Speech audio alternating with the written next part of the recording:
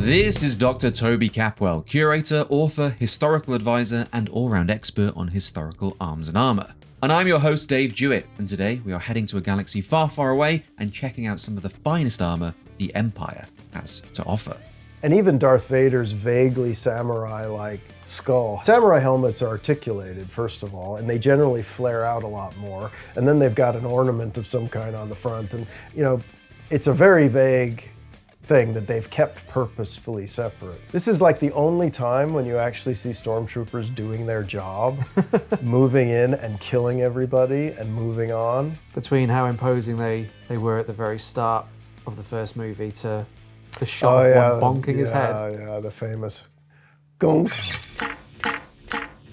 There is a longer, deeper, extended edition of this episode over on our Patreon, so if you want to see more, make sure you check the link in the description. We'll have more videos featuring Toby to come, including a look at the Mandalorian armor, so be sure to subscribe so you don't miss out on that, and check the links in the description below to find out where you can pick up Toby's fantastic book, An Armorer's Album. But we hope you enjoy the episode, and now without further ado, I'll throw it over to Toby.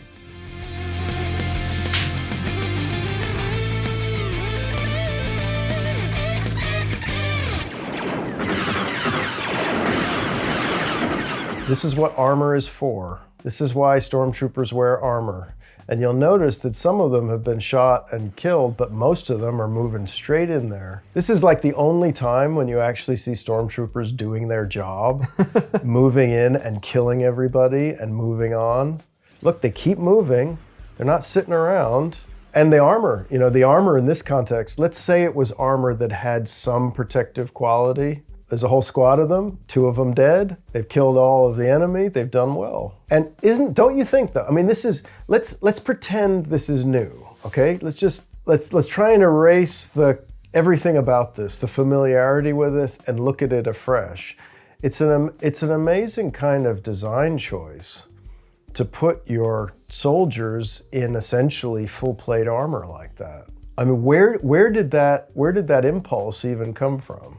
Years ago, I talked to some of the people who worked on this film and who made the hard armor. And I said, did you have medieval knights and medieval armor in mind? Were you trying to refer to that? They said, no, absolutely not.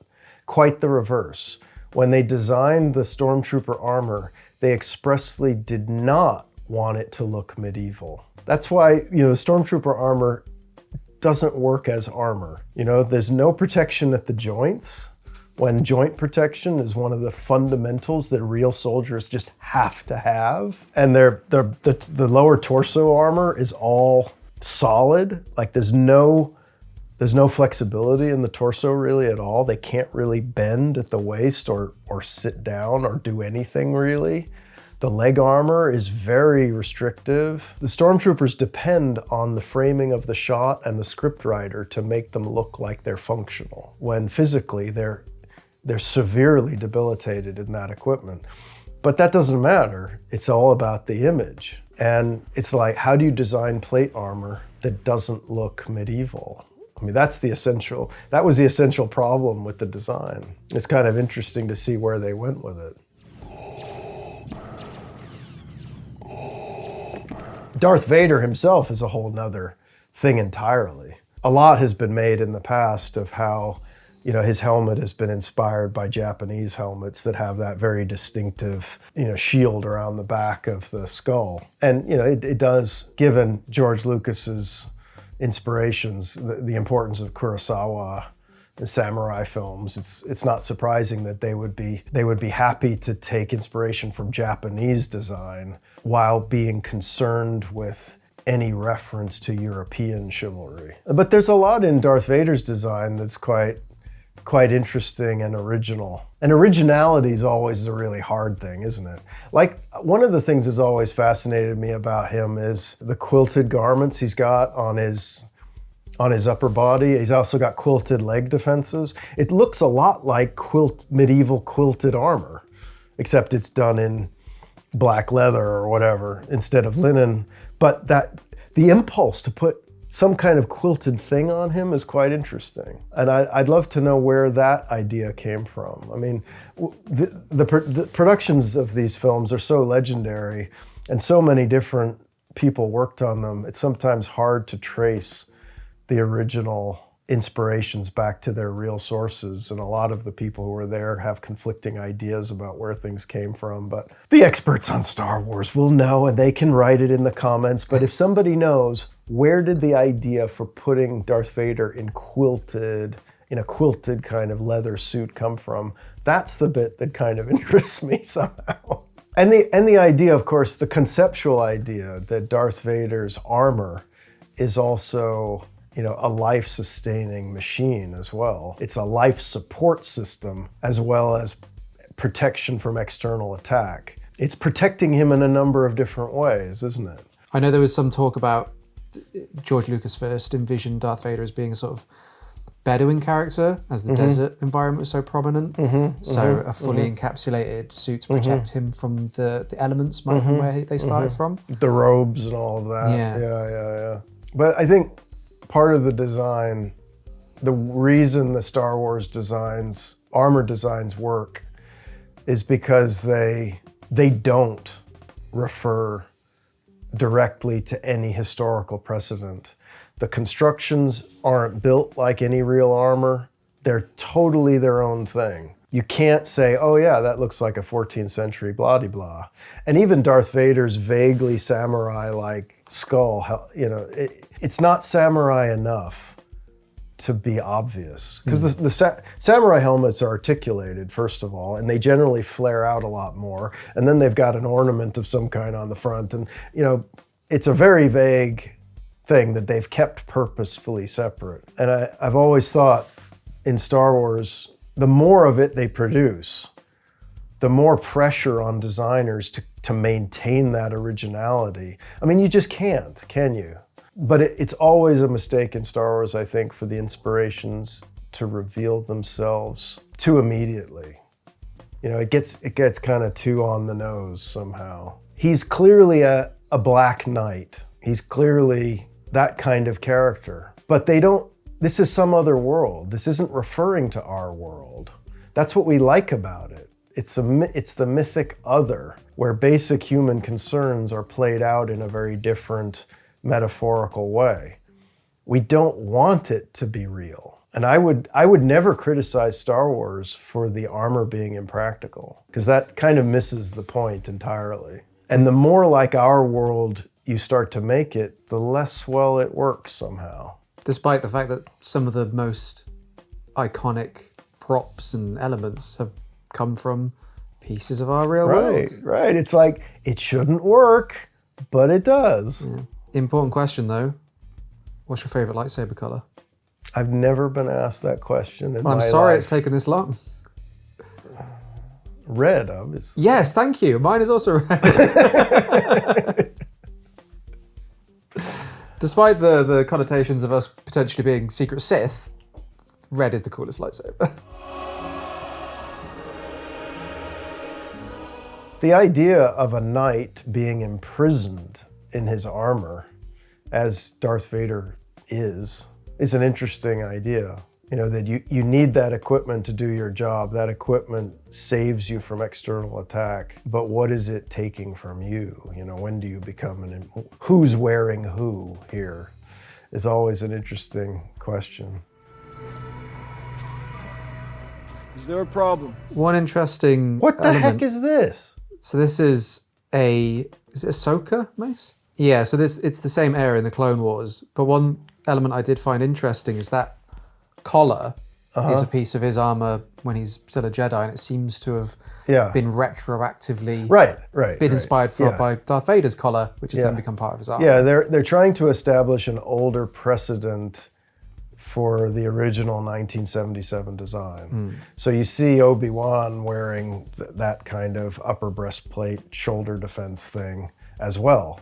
They're trying to say retroactively that Darth Vader's armor grew out of an established, wider aesthetic environment. But do you really need to? I mean, even just looking at this, it's protecting his collarbone and the upper quarter of his chest. So it's more of an aesthetic visual touchstone than it is, I think, functional armor. When I think of Jedi outside of the Clone Wars, I just think of robes. It feels like they added little pieces of armor to tie them into the clone troopers, and also feel like the stakes of the world have been raised, that they are at this within this big clone war. But the use of armor as a storytelling device depends on it being seen to work and to be there for a reason. And so, when it fails, that's meaningful. And that should feel somewhat unusual.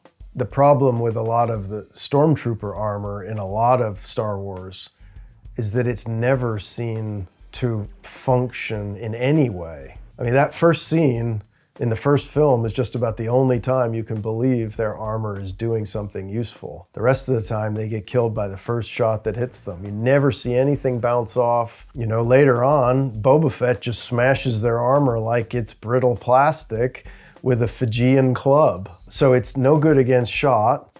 It's no use against blunt trauma hand weapons, so what on earth are they wearing it for? There has to be an internal logic.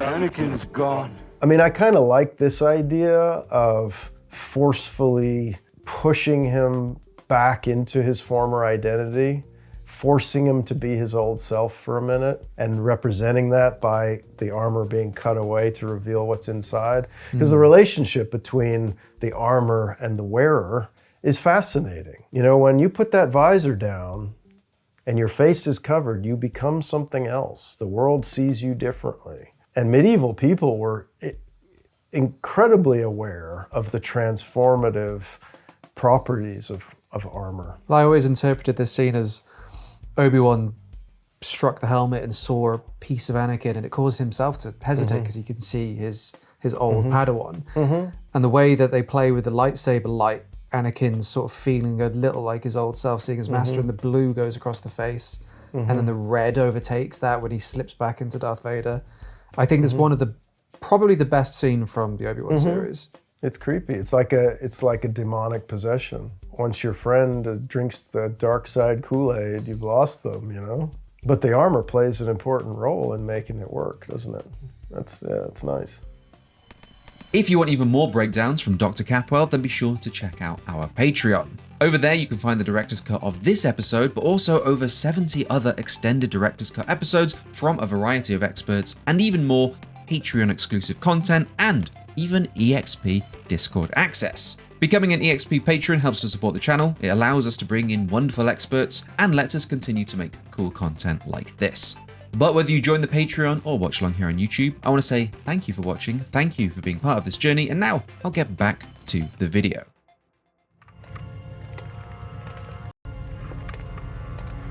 So there are quite a few Stormtrooper variants. Right. We'll take a look Here's at your a few. basic garden variety Stormtrooper. It's interesting you mentioned the lack of knee protection and elbow protection. Yeah. Because Andrew Ainsworth, who was a designer at Shepperton Design Studios, he says that it was obvious to Andrew that no joints or fabricated parts should be seen, and that the Stormtroopers should be seen as sort of a homogeneous shape, silhouette, and colour. That's what I mean about them consciously avoiding any medieval reference. And by medieval, you could read practical armor that works for the human body. The second you put a knee joint in there, however you design it, it's going to look medieval, because there's only so many ways to build an exoskeleton that works for the human body. The knee has to have a central plate. It's got to have articulating plates either side of it. And that's what people will think of. So if you don't want people to think of that, you can't do that. Between how imposing they were at the very start of the first movie to the shot of one bonking his head. Yeah, the famous gunk. See, this was meant to be seen on the big screen. This wasn't meant for people to laugh at online or whatever. You're never supposed to see that. Blink and you miss it. The eyes of the helmet are here. I mean, the human eyes are stuck right in the middle of that. If you take the dark lenses off of one of those helmets, it looks deeply strange because the eyes are right here. And that's part of why it's interesting as sculpture, because you can't recognize it as a human face. They've purposefully changed the facial proportions of the helmet and gotten rid of the nose because they don't want it to look like a human face. And the design here is very purposeful and very direct, and they know exactly what they're doing. And I mean, the highest honor that you can really give the original, the 77 film is that of originality. The story, the themes, the structure isn't really original. It's pretty old style storytelling, really, and that's what people like about it. But the design is profoundly original. It was hard in 1977 to be original. It's almost impossible now. Oh, I loved the bikers when they came out. The Scout Troopers were one of my favorite designs. The concept of these being Scout Troopers is interesting. You know, they've widened their field of view, essentially to help them their scouting duties, giving them some protection from the sun. There seems to be some consideration that has been made of their reconnaissance purpose and the design of their armor. Unlike the standard line troopers, the scouts have a visor. You don't see them use it because they don't want to show you their faces, but they've got pivots there, and that whole front piece, is in the design work. It's supposed to pivot up, which is very, very practical. Yeah, I really loved this whole. And you see this in an old Cinerama screen. I saw this in Victoria, British Columbia, where I was living when it came out in '83, and we saw it in a giant old wraparound screen cinema. And my dad said we should go and see it, and I was like, "Really? It's opening night, Dad. We're never going to get in." He said, "Come on, let's go and see." And the only two seats were in the front row. So you were in the like screen, that. Yeah. But unforgettable to see this in the front row. But you were dodging the trees yourself. You were so.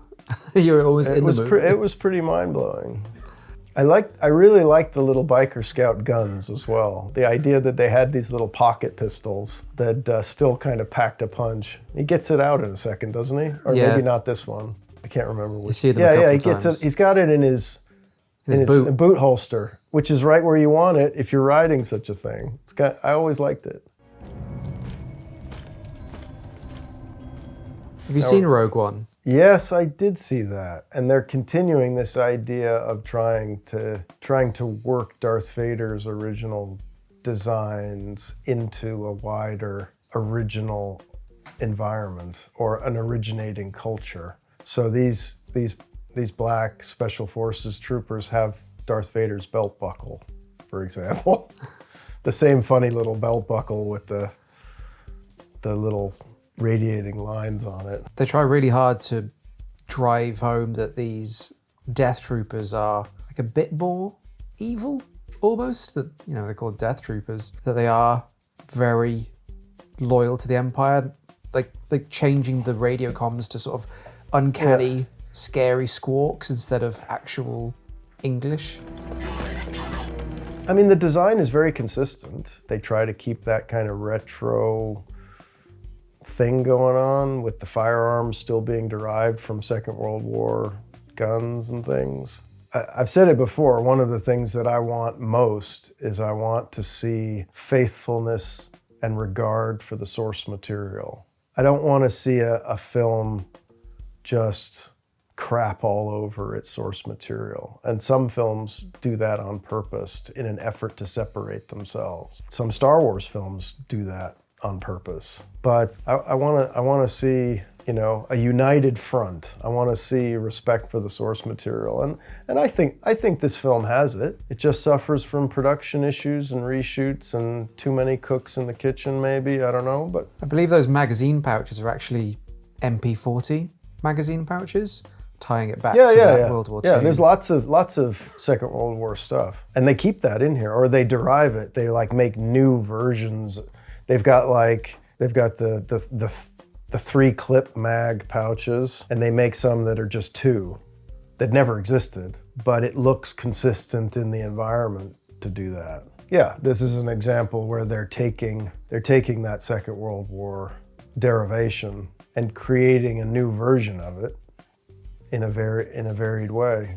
You said we were here to pull a quick job! Yeah! Well, this ain't a quick job, it's a war! Oh, I haven't seen these before. Where the are we now? Mudtroopers. They're the what troopers? Well, they're called Swamp Troopers, colloquially known as Mudtroopers. So these first appeared in Solo. These were the troops that were delivered to sort of hazardous planets.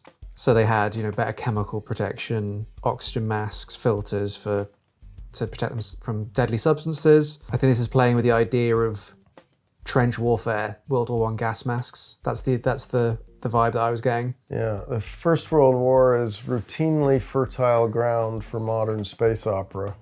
So I suppose if you've never seen this, you're unaware that Han Solo used to be a Imperial trooper. Oh, I'd heard that years ago. That was Right. one of these things that was floating around in the community long before they ever did anything with it. Well, he was one of these. He was a Mudtrooper. These shots feel very much like they're trying to evoke those deep World War I trenches. Oh, yeah. I kind of like how their helmets look more Stormtrooper-y when they put the goggles down, but they're just goggles. So you see that guy on the left?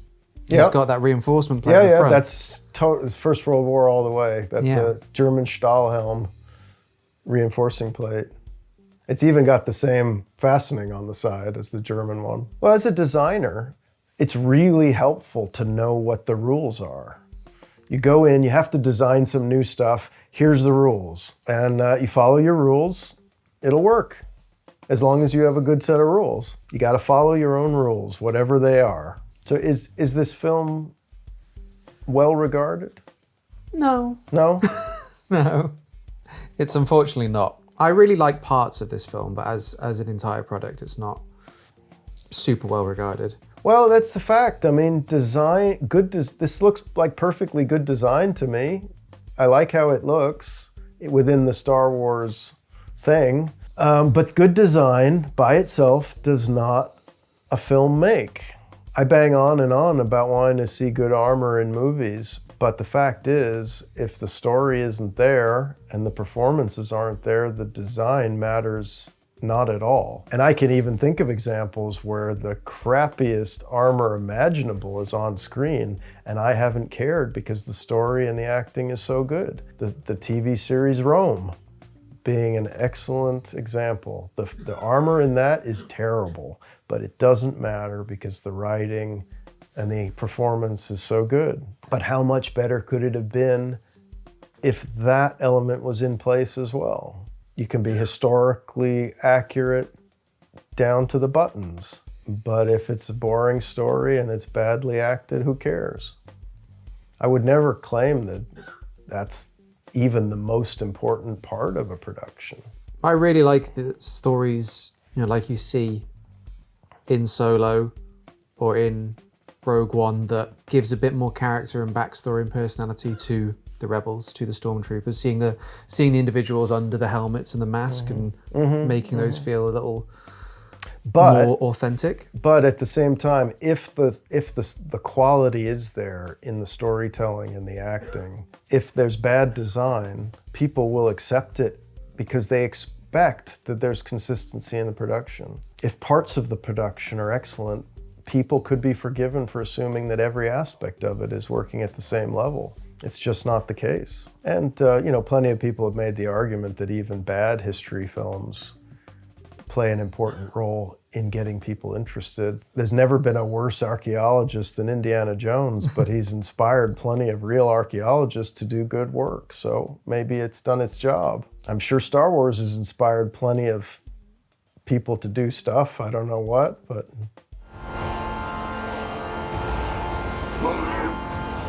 See, here they're jumping the shark. Because the whole point of the Stormtrooper is that it does not look like a human face. These guys are kind of banged up anyway. That's their thing. Yeah, the armor's in states of disrepair, and they've sort of been left to their own devices a bit, had to survive on the fringes. I like that they've added this Japanese kitsunrugi pottery repair as the inlay. That's a cool effect. Hey, okay, credit for trying something different. Well, I'm not sure I totally hate that. It's kind of interesting. I wouldn't wear armor that was cracked like that, and I don't think duct taping it would work, but it's kind of interesting visually and very sort of Japanese. Apparently the source was a mixture of Greek sculpture and Japanese kabuki theatre. But it's sort of distracting seeing a stormtrooper with a face. It gives them some prominence. Yeah. And that kind of gold patchy gold finish looks very much like Japanese ceramic as well. So these are also from Ahsoka, so if you've not seen that. I have not watched that. It is also some quite good Star Wars. I'm coming round to the gold face somehow. I couldn't say why, but it's kind of fun to look at. And it's expressive of a particular character, which is what you want if you're trying to single out a character who's got to keep his helmet on. So credit for trying to use the armor expressively and not just relying on the actor throwing the helmet off. I'll give them points for that. Die well. Thank you all for watching. We hope you enjoyed this episode. Like the video if you did, and subscribe so you don't miss out on upcoming videos featuring Dr. Capwell. As always, a huge shout out to all of our supporters over on the Patreon for supporting EXP and for allowing us to make cool content like this. We've got more videos featuring Toby to come very soon, so keep your eyes peeled for those. But until then, thank you again for watching, and I will see you very soon.